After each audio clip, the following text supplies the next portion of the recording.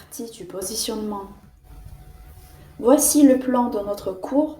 D'abord, nous allons voir la définition du positionnement et les 3 questions indispensables pour vous guider lors de la rédaction de votre message du positionnement. Ensuite, nous allons travailler sur les difficultés linguistiques rencontrées.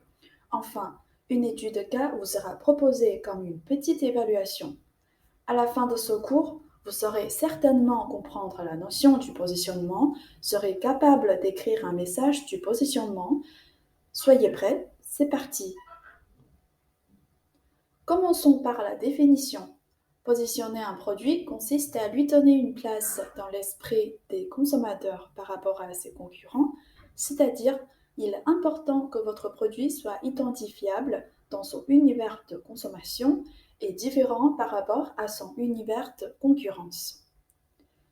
Dans le domaine des vins, il faut savoir associer un vin à une catégorie de clients avec un message clair pour une identification rapide. On a appris les différentes catégories de vins et de consommateurs de vin. Pour rappel, on a le vin rouge, rosé, blanc par la couleur, vin AOC, vin de pays, vin de France par réglementation. Pour les consommateurs, on a les consommateurs occasionnels, réguliers, selon la fréquence de consommation. On a également les millénials, génération X, les baby boomers, les plus de 65 ans, selon l'âge et la génération. Ou encore, si on les divise par les styles de vie, on a les cocooners, les novices, les découvreurs et les esthètes. Si vous ne vous souvenez pas de ces mots et de leur sens, n'hésitez pas à consulter la fiche lexicale dans nos annexes. Continuons à voir un exemple de la société Lachto, qui est un grand chai de France. Son concept boire et manger illustre bien la notion du positionnement, clair et différent. L'entreprise a bien ciblé la problématique des clients dont le profil est décrit ainsi. 18 à 25 ans, consommateurs occasionnels, de socio-style plutôt décalé, ne pas savoir associer un plat et un vin. Par un message visuel sérigraphié sur la bouteille, l'Achto renvoie à ses clients une réponse facilement mémorisable. Le concept, un aliment, un vin. Il existe bien d'autres stratégies de différenciation. Par exemple, certains domaines américains et australiens ont créé une histoire en construisant des châteaux de type médiéval. En plus, des services aux produits deviennent également un facteur de différenciation.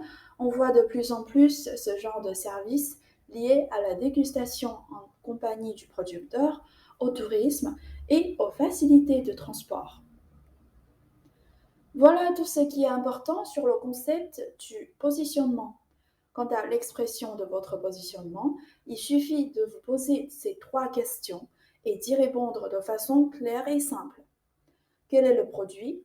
À qui s'adresse-t-il? Qu'est-ce qui le distingue des autres produits? Voyons un exemple de Et vient vers. Mettez en pause maintenant et prenez le temps de bien lire le message, puis essayez de répondre à ces 3 questions.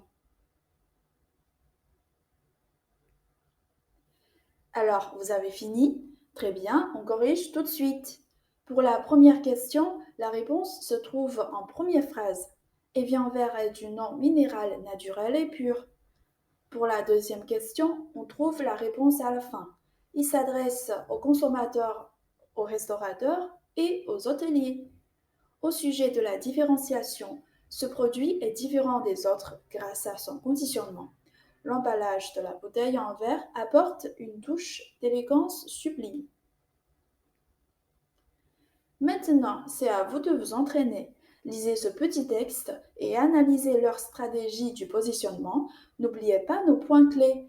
Quel produit, pour qui et quelle différenciation? Mettez votre réponse dans le commentaire, nous vous corrigerons.